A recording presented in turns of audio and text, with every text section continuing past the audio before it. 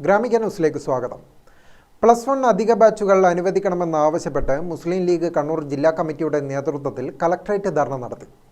മുസ്ലിം league സംസ്ഥാന secretary N Shamsuddin MLA ഉദ്ഘാടനം ചെയ്തു. മുസ്ലിം ലീഗ് കണ്ണൂർ ജില്ലാ പ്രസിഡന്റ് അബ്ദുൽ കരീം ചേലേരി അധ്യക്ഷനായി. LDF സർക്കാർ 2016 അധികാരത്തിൽ വന്ന ശേഷം +2 ബാച്ചുകളൊന്നും അനുവദിച്ചില്ല.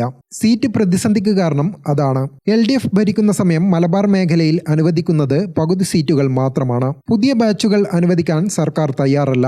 എന്നാൽ പുതിയ ബാറുകൾക്ക് സർക്കാർ അനുമതി കൊടുക്കുകയാണെന്നും എൻ ഷംസുദ്ദീൻ MLA പറഞ്ഞു. റിസൾട്ട് കൂടി വരികയാണ്, പക്ഷേ സീറ്റ് വർദ്ധിക്കുന്നില്ല. അവസാനമായി ഇവിടെ സീറ്റ് കൊടുത്തത് UDF കേരളം ഭരിക്കുമ്പോഴാണ്. 2014-ലും 15-ലും അബ്ദുൾ റബ്ബ് മന്ത്രിയാകുമ്പോ നമ്മൾ ബാച്ചുകൾ കൊടുത്തു. അതിനുശേഷം 16 മുതൽ ഇവിടെ ചിലർ പ്രസംഗിക്കുന്ന എല്ലാ കാര്യത്തിലും 16-ന് ശേഷം കേരളം ഉണ്ടായി എന്ന രൂപത്തിലാണ് പ്രസംഗിക്കുന്നത്. ചാനൽ ചർച്ചക്കൊക്കെ വരുന്ന സഖാക്കൾ അതാ പറയാം, 2016-ൽ പിണറായി മുഖ്യമന്ത്രി ആയ ശേഷം കേരളം ഉണ്ടായത് എന്ന കോലത്തിലായി ഇവരുടെ അവതരണം. എന്നാൽ ആ പുതിയ കാലത്ത് ഒരൊറ്റ +2 ബാച്ചുകൾ ഇവരനുവദിച്ചിട്ടില്ല. അതാണ് ഇന്നത്തെ പ്രതിസന്ധിയുടെ കാരണം.